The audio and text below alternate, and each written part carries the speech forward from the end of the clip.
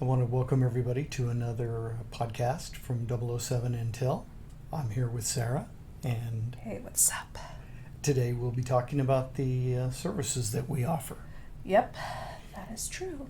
And the service that we offer most often are background investigations, You I betcha. believe. Mm-hmm.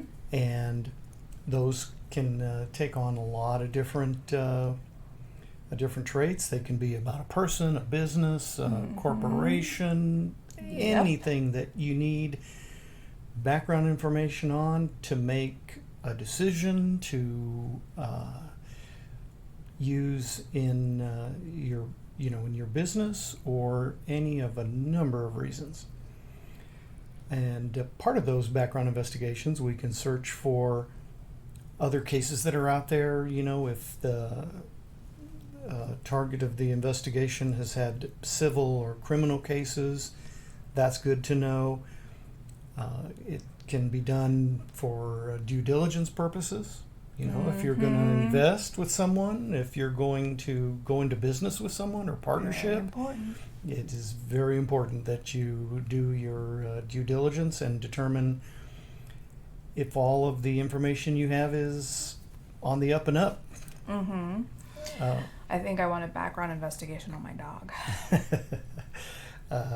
There would probably be a lot there. I can see it in his eyes. All the hidden dog bones in the yard. And other things that we look at, possibly the assets the person has, if they have a criminal history, all these sorts of things. And I want to clarify that at this time, we can only conduct investigations of U.S. persons. You said that, right? U.S., or did you specify whether we're limited strictly to the United States as opposed to doing a global target? Yes, I didn't explain it. I just referred to it, and you are okay. correct. We can only do U.S. persons. I wasn't paying attention in the beginning, sorry. And the reason for that is that our databases search, and they get their data from all sorts of U.S. entities. Using social security number identifiers and utility records are among some ways. So this isn't like your Ben verified database. These are tier 1 databases. They are available. And it's the type of database that's used by law enforcement, by the government agencies, and others. Mm-hmm. But they are only in the U.S. Again, many other countries just don't have that sort of database infrastructure that we have here in the U.S. And there are entities that can do international investigations, and when it's appropriate, we can refer people to those that we are aware of and that we've worked with in the past. Mm-hmm. Referred by your former colleagues. And absolutely. And but our services are on U.S. Persons and businesses. Correct. And We were close. I think in December we thought long and hard about getting access to or gaining an international database, but it was ridiculous, the cost. It just didn't make sense for the types of cases we work. that's right. And I mean, we're talking about like hundreds of dollars a report. Sorry for interrupting. no. But yeah. And the other problem is that if you have a database, an international database that covers, let's say, Europe, well, that doesn't necessarily cover Africa or certain parts of Asia or whatever. And so it's not unusual for cases that are international to be on more than one continent. And so then you would be creating a membership or whatever in just too many different dealing with too many different countries for it to be practical. So we keep our work to the U.S. It's much easier. And the majority of the work that we do is related to that, and it fits well within that those parameters. Well, and if we ever had or pursue that international global, investigation search, you would, talk about hiring truly an expert in every country, because with culture and language, there are so many nuances. And so, for example, imagine conducting a background investigation in China. First, it's a language barrier. Second, it's just this small little cultural, I don't know. But you get what I'm saying. And especially in Latin America with, those are... And I forgot to mention, certainly Central and South America, sometimes we do have information from North America, particularly Canada, but we tend to say U.S. persons because that really is the primary source. And as you can imagine, all of those countries have their own way of doing everything, their own record keeping, their own agencies, and all that. Those in the U.S. are, I think, as organized as any in the world. And then for that reason, we're able to quite often find out a lot of useful information for people. Correct. We can also do social media reviews, and I will let you discuss that, since that is more your specialty. So Evan and I, we've worked extensively. When experience was with a personal injury law firm. They did a lot of cases, and we had the pleasure of being able to do some background checks, and social media reports were very important, especially when you're talking about automobile accidents. And the thing that was very important about conducting these social media investigations was that you're not generating some bot report that, an API AI is, just popping out, using these, probably grabbing the data from these, I call them like the Mickey Mouse, been verifieds and instant checkmates, they have some okay data, but a lot of them are dated like 2 or 3 years, 5 years. It's not accurate data. So anyway, I digress. The thing is, when you have a manual social media report by a sophisticated investigator with mad research skills, whose name happens to be Sara 007, special secret, super secret agent. Okay, just kidding. So the thing is, what my approach to it is, I'm looking at an array of targets to find the right target. So if it's a family, I'm going to be searching for every relative I can find and then honing it down to the actual target. A lot of times, these bot-generated reports sometimes they get it right. Either maybe they'll have the correct LinkedIn page, but then the Facebook page is a completely different person. What Evan and I do is we're taking multiple pieces of information. So if I already have a mugshot of this guy, but the social media accounts don't match this guy, well, you've got a problem. I was seeing examples of this bot-generated social media report where someone wanted to save a lot of money and cut costs, and it was this API bot-generated report, and it was so bad because not only did they get the person's information wrong, that was a conflict from what we were able to find from the reports. I mean, it was like the age was wrong, the profile, the profile photo that they kind of had on the first page didn't even match the mugshots in the criminal history, did not match anything that we were able to obtain through a very in-depth background investigation, because we begin with a comprehensive report. From that, I begin looking at the relatives. I try to sort of build a picture of the family.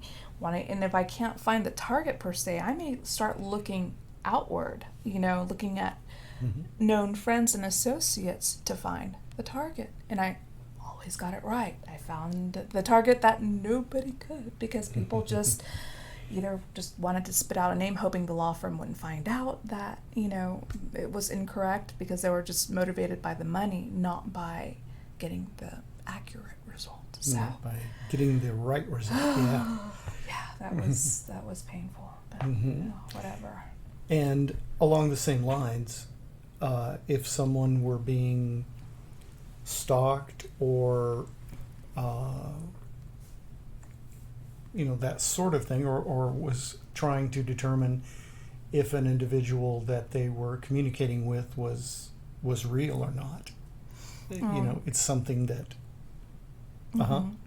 we have quite a number of resources in terms of databases, in terms of and investigative capabilities. This is why experience really matters when it comes to private investigators. Not someone who is skilled at putting in and plugging in a name in a database and saying, I'm really good at this. It's about the training we received working in law enforcement. And a little bit of it is intuition and gut, but another part of it is understanding how you navigate these resources that are available, having the intuition, the knowledge, the experience, the training, and then over time, when you work decades in this field, you begin looking at things from different angles. That may be somebody who just says, I really know how to Google really well. I'm the best open source intelligence researcher. They're not private investigators, by the way. Open source intelligence searches are for research. Private investigations is for private investigators, okay? So don't y'all be out there advertising that you are a private investigator if you don't have a license. Just saying. Sorry. No. That's a big deal to me. It is to me as well. And that's the added value of the experience that you were mentioning and the licensure. Yeah. Law enforcement and counterterrorism intelligence analysis. And that along with the motivation to get it right, which we always have, of course, is what gives more added value to the product, and puts it all together for them. Well, speaking of added value, what our company does is when we have, I know they call it like a gig or an advertisement on this one platform that we use. It's at around $85 for like a background report. The added value that Evan was mentioning was that we have a comprehensive background report, but what's unique is that a lot of times, so not only is the information correct, we're not going to get the wrong target. If we cannot find or determine the accuracy of the target, we're going to let you know before we even do business with you. But what we do is we have a summary and our comments, what do you call it? Analysis? Our summary, our analysis, and sort of our synthesis of like, what does this all mean, and some recommendations. So if you have somebody who is being scammed, we have the comprehensive data report on this individual. I've looked at the social media, the criminal, all the legal, and I'm able to, build a picture of who this person is, a profile already. I've established a profile of who this person is, who they likely are as people. I'm basing this on the financials, from assets, from liens, judgments, bankruptcies, criminal history, social media interactions. What's their personality type like, and then I can build a better idea. And I put this all together in a very objective, matter of fact dossier. And I have a lot of research experience outside of law enforcement at the doctoral PhD level. So you're getting a nerd who is I want to finish my dissertation. Who gets it done. I really want to finish it. And I'm so close. And that is, that's the difference in our product, in our results, and in the run-of-the-mill, just doing it to collect a fee sort of products. Well, and there's a lot out there. There is a lot out there, where I've some people have had to hire us sometimes because they're saying, I got just this Word document with just an address. I'm like, that was the investigation? I mean, like, for when we first started on, a couple of these different platforms, I mean, you have to kind of undercut your prices. And I feel like we're still half of what we would charge pre-pandemic, because a lot of times I find that others who aren't licensed and are advertising our private investigative services, but they don't have a license, they're advertising really cheap. And so that kind of brings down everybody else's, the legitimate private investigators' rates. Because the thing is, if you're advertising what you would normally charge, like your $150 to $200 minimum, or maybe $100 minimum, you're not going to get a bite, so you have to stay competitive in that regard. And I don't know where I'm going with this, but that a lot of the entities out there are actually doing the industry more bad than good, and that we have clients come to us that have already been to one of those and they did not get useful information, and so they end up with us, and I can safely say they've been happy with the results in every time, in every case. And we're very grateful, and we're so thankful to all of our awesome customers. We love all of them, and we care. A lot of times they'll maybe book us at an hour, but we end up putting in sometimes 2 or 3. I mean, that's how much we care, because I go down, sort of the rabbit hole, and I have tunnel vision, and I keep, finding more and more, and I want to make sure everything is perfect. Evan's also a perfectionist. We really care about most definitely the accuracy and the quality of the products, and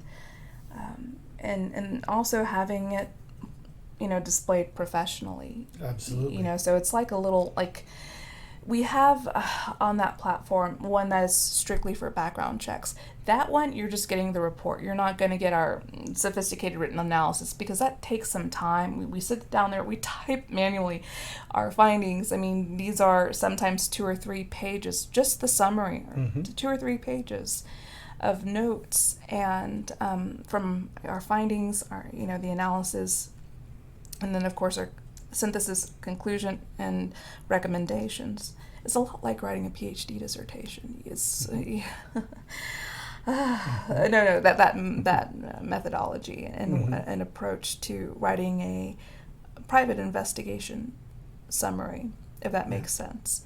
It does. And some of the other types of things that we have done that for are individuals looking for, probate or heirs or, wills and that sort of thing. Sometimes people need to be located in order to, by the executor, to provide them with something that they have been left by someone that they had not communicated with in many years.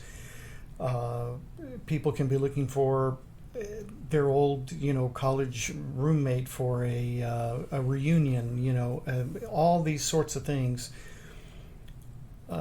can be helped by the sort of thing that we do, and also the more serious things. Like one thing that we do a lot of is what we call litigation support, and that would be working for attorneys on cases. And attorneys can have a paralegal and an in-house investigator, but a lot of times they need additional expertise. Yeah, we just got another one of those on the platform not long ago. Someone who's been giving us 20 just license plate searches, and so we get a lot of the paralegals. And what they emphasize, this one woman, she reached out to us and she said, I was looking on the platform, and I noticed that you all just make it so obvious with your license number that, for us, we went straight to TOPS and checked it, because they wanted to make sure that who they were hiring had a license, so that if, let's say they had to go to court and used our summaries or our, the results or our findings, having that licensure, is significant, because the courts, require that. Oh, you had a private investigator? Who was the PI? What was their name? What was the license number? Was, making sure it's valid, not expired, like we were talking about last time. But and all the work that we do for attorneys, they particularly like the fact that we are completely transparent in our licensure and whatnot, because then they're assured that they can use that in court. As Sara mentioned, that is, they can take it to the bank, so to speak. Yep. And that's what I'm sure attorneys like, is to have it nailed down, the facts. Well, and they've got paralegals who, that's what all they do is that the first thing they do is, let me make sure I run their license, Mm-hmm. And they probably have every state, and which number on speed dial to say, hey, can you verify, Mm-hmm. A license to make sure that this is someone I can work with, because Mm-hmm. if they're not licensed, then it could pose challenges should that dossier or comprehensive report or whatever report was ever disseminated, Mm-hmm. by someone not experienced and not licensed. Yeah, and the other side, is going to go through all that data with a fine-tooth comb, and you want it to be, or it needs to be completely squared away. Mm-hmm. And ours is. There are some other types of things we do. We can conduct interviews if you need. We've done we do quite that a few for of those. Quite a few for attorneys. Mm-hmm. We can be given a list of interviews. Even individuals, we've done interviews. Absolutely, Yeah. and they can be in person. They can be remotely using Zoom meetings or similar platforms, or they can be telephonically. A lot of different ways, but those also have to be conducted in a particular way to be useful, and that's something that comes from, again, our experience and having done it in our firm as well. Mm-hmm. And we've been speaking a lot about the things we can do. Mm-hmm. There are a few things we can't do. And we mentioned everything, right, with regard to I think we did. Did you talk about the forensic auditing or accounting? We can't actually. I had not, but In addition to all your resume, you also are a certified public accountant. So yes, and so I can combine the financial background of being a CPA, and we do also have a CPA firm license, and I have an individual license. And we can combine that with the investigative and apply it toward any case that is financial in nature, or do forensic accounting analysis of transactions where people have been defrauded, where people are examining the financial statements of an investment that didn't turn out the way it was promised, that sort of thing. I mean, we've had cases in all of those areas. Yeah. Mm-hmm. And asset searches are completely legal, unlike Yes. people who might say that they can get you bank information or banking data, which is so illegal. It shouldn't even be mentioned on, you know what I mean? It's just... Yeah, in the list of things that people ask us to do that we can't, that's one of the foremost ones, is banking information. Let's, if you don't mind, let me quickly just run down some things that, some services that private investigators offer, but things that we're not, I don't want to say crazy about doing, but they're not our preferred services, perhaps. Maybe that's one way of doing it. People have this misconception that PIs hide in bushes with cameras, wearing like the crazy hat and, with a little magnifying glass. And it's cheesy. The nature of our work is very boring, unglamorous. We love helping our clients, so it's not boring in that. It's exciting when we know we're going to get a result. But it's also very lonely. So we don't stand outside of someone's house, click, click with a camera. That's just, no, we don't do that. We're the brainiacs. We're sitting in an office, quiet, working. Sometimes hours goes by, and we're alone looking at data, pushing paper, connecting the dots. So there's a lot of analysis, a lot of... putting together the pieces of the puzzle. Correct. Until you have the complete view. So really quickly, so going back to the misconceptions, a lot of other PIs will investigate the whole cheating, infidelity. Is my spouse cheating on me? And frankly, other PIs do that. Awesome. That's just something that we don't like to do. If somebody comes to us and says, hey, my husband has, a secretary now and whatever, I'm like, you know what? You just go to marriage counseling. That's the advice I want to give to them.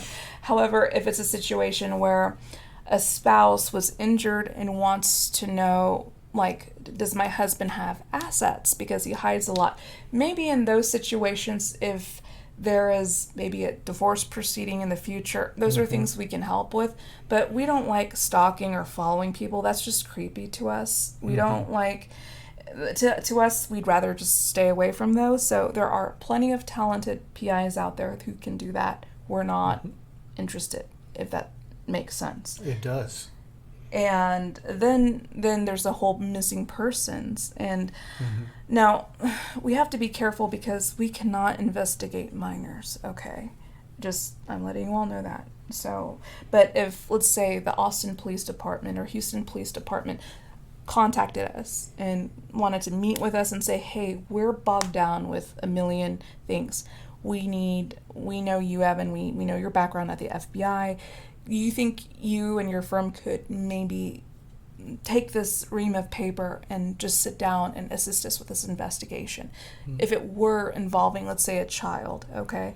That's the green light from a law enforcement agency.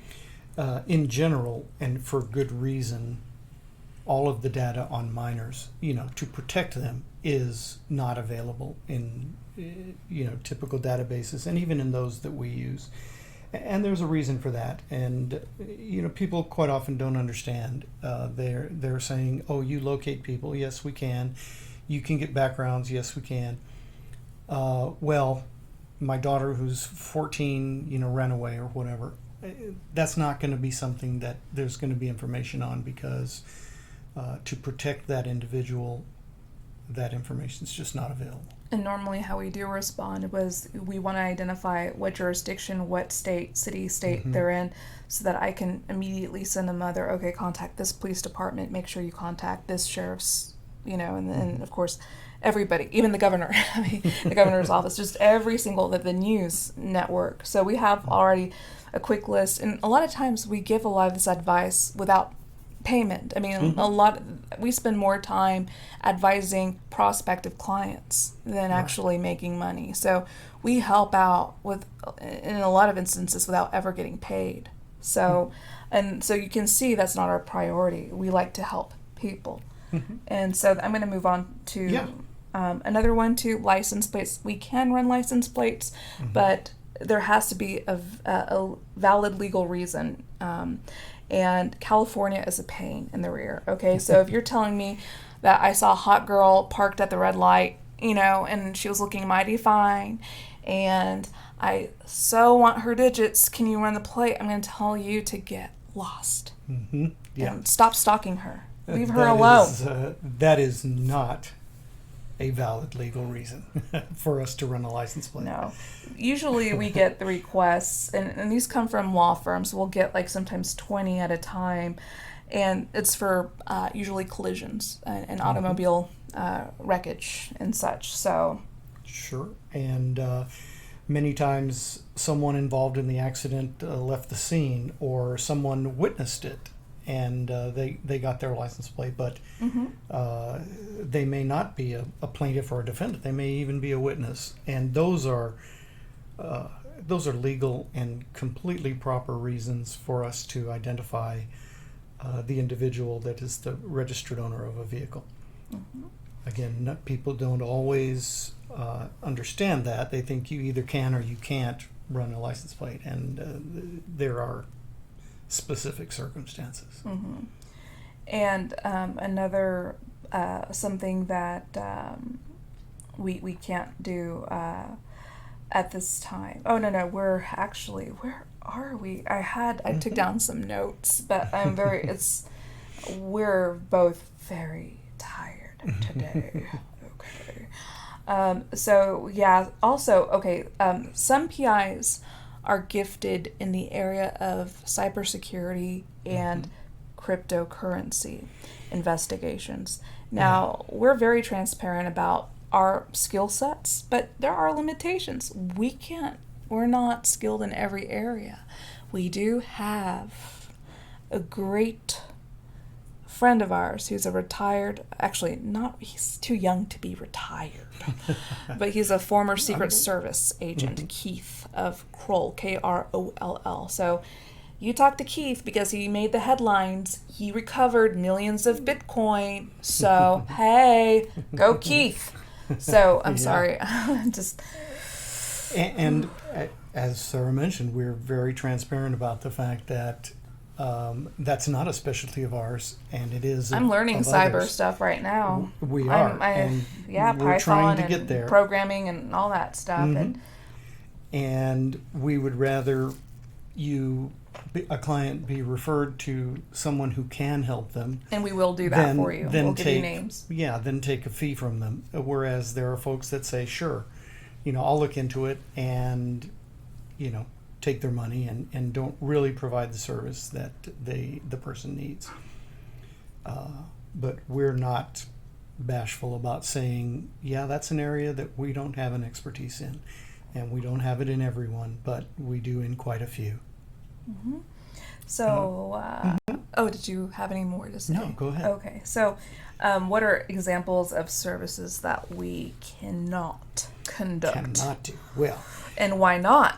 Why not, Evan? Why can't you do that for me? Because there are people that say, I want everything. I'm like, yeah. Okay, so open up your wallet because everything means 2 months, 3 months at least worth of investigations. We often get requests for phone records, and many people want to know. I want to know who they're calling and when, and did they speak to this, and we have to explain to them that phone records like that, calls that were made, and they're not asking even for the recordings of the calls or anything, just the actual numbers that were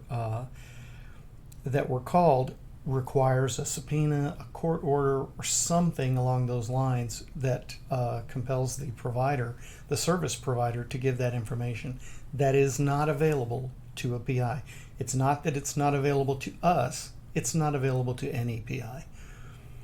It's available to attorneys with ongoing cases, to law enforcement, and to others who can issue these sorts of documents like subpoenas that can compel that information. There are PIs out there, and I'm sure you've heard them, that says, "Oh yeah, I can get you that." That's one of two things is happening. Laws. Yeah, Illegal. They're either breaking the law, in which case the information wouldn't be useful if they got it for you, because you couldn't use it for anything. And secondly, you're exposing yourself to handling information that was obtained illegally. In a similar way to phone records, people often ask us for bank records. They say, I want to know where she spent the money that I sent. I want to know where he went on vacation. Again, bank records. The Bank Secrecy Act is the legislation that controls on that, and that's nationwide. That's federal legislation. It prohibits the release from banks of any of that sort of information without the proper documentation from a court or from a legal proceeding that's ongoing. An EPI who says that they can get you bank records, that is a no-no. I mean, you're looking at like a fully, I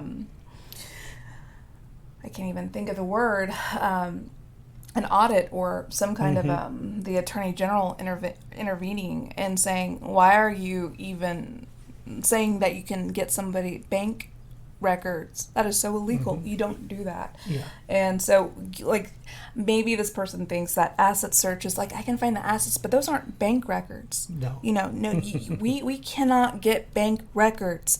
If we were able to do that, everyone should be afraid, frankly. Yeah. I mean, and it's sort of like your medical records in other areas, and we don't typically get people asking for those, but and credit reports they are too. Protected. Credit reports, people want to know. I want to know what accounts they have.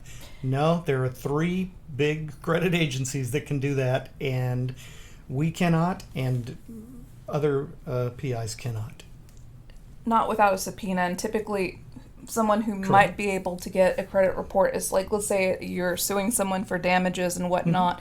Maybe an attorney may want to issue a subpoena to get that, just to sort of get an understanding of the financial situation and whatnot. But I think people, I had someone send us a Thomson Reuters Clear report. I'm like, why is a private investigator using Thomson Reuters?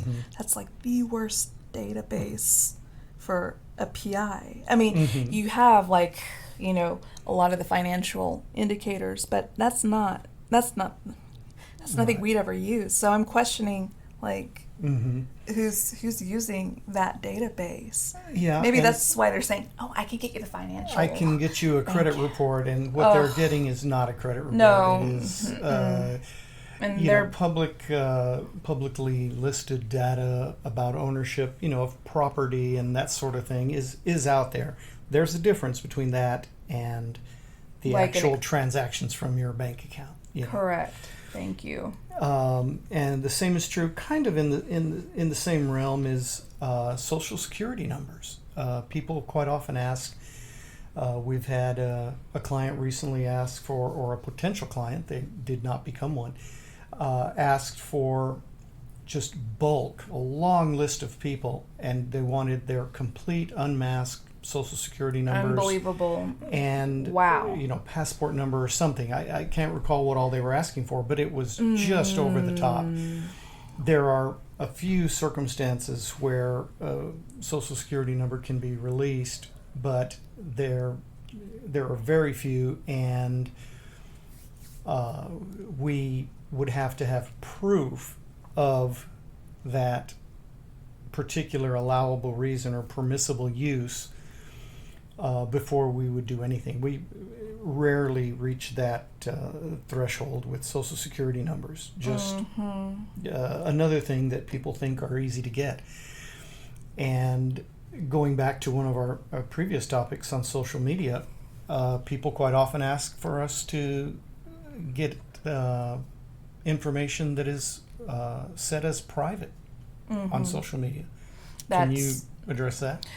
So if someone has a public Facebook page, I mean, there's nothing wrong with, screen capturing or saving the Facebook, Instagram, Twitter as a PDF because it's publicly available information. So they're putting it out there for the public to see. You can get that. But some people have asked us, hey, can you hack in or infiltrate or weasel your way into somebody's private account? And I'm like, no, absolutely not. No, that's when it comes to privacy of people, we respect it. We don't do that creepy, I'm hiding in the bushes or just waiting out in a parking lot, and sure as heck ain't gonna look at, finding ways of white hat hacking into somebody's accounts. You don't do that, and we're not gonna get those private messages.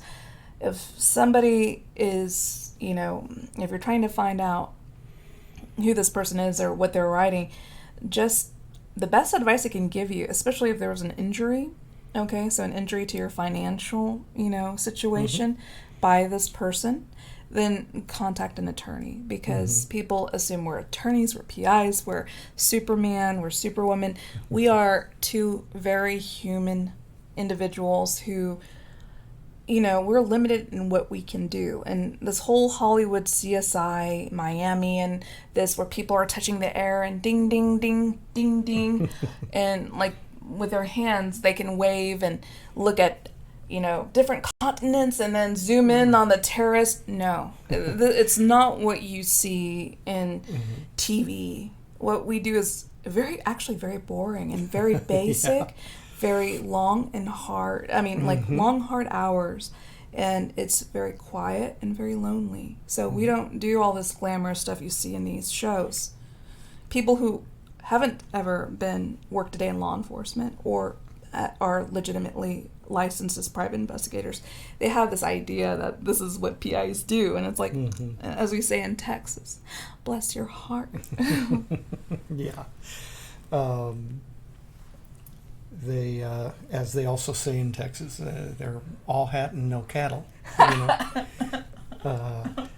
At any rate, we've also talked about what we can't do in regard to license plates, in regard to minors. Those are all topics that we talked about earlier, but they are under the list of things that we can't do. And if we can go back for just a moment and things that we can do, once we've talked about all of these very specific areas, we can also do just general consulting.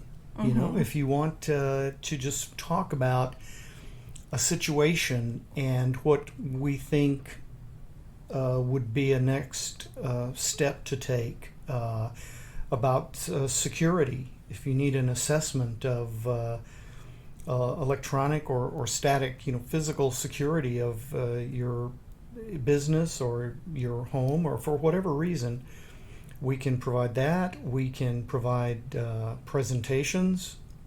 We have a lot of experience in that field. Sure, yeah, we've with provided me, DPS, Evan, FBI, FDA, OIG. And OMG, okay. Sorry, I just wanted to throw that out there.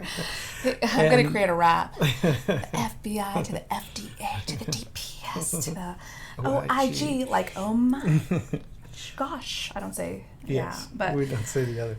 Oh my OMG, sorry. And so speaking engagements to civil groups, we provide training to law enforcement groups, all sorts of that on any of these topics. Each of these topics we talked about today could be a presentation on its own, or it could be a podcast on its own. I mean, we're kind of just glancing at we're just touching the surface of these areas.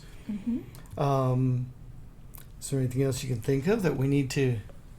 Yeah, we're definitely gonna find a closing point, but don't feel afraid to reach out to us if you have a question. We this is what we do, especially on this platform. If you're coming from that platform, we want to thank you for even considering us for your private investigative needs.